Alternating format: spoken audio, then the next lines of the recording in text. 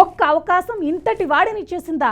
ఒక చిన్న పాత్రలో సినీ జీవితాన్ని ప్రారంభించి నేడు భారతీయ చిత్ర పరిశ్రమలో అత్యంత ప్రతిష్టాత్మక నటుడిగా ఎదిగిన రజనీకాంత్ ప్రయాణం ప్రతి ఒక్కరికి స్ఫూర్తిదాయకంగా నిలుస్తోంది.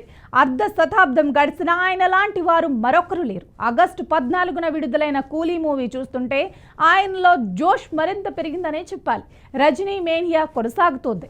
ఇండియన్ సినిమా చరిత్రలో సువర్ణ అక్షరాలతో రాయిదగ్గ పేర్లు ఏమైనా ఉన్నాయి అంటే అందులో ముందు ఉండేది సూపర్ స్టార్ రజనీకాంత్. హంగులు ఆర్భాటాలు ఆయన నిఘంటువులోనే లేవు.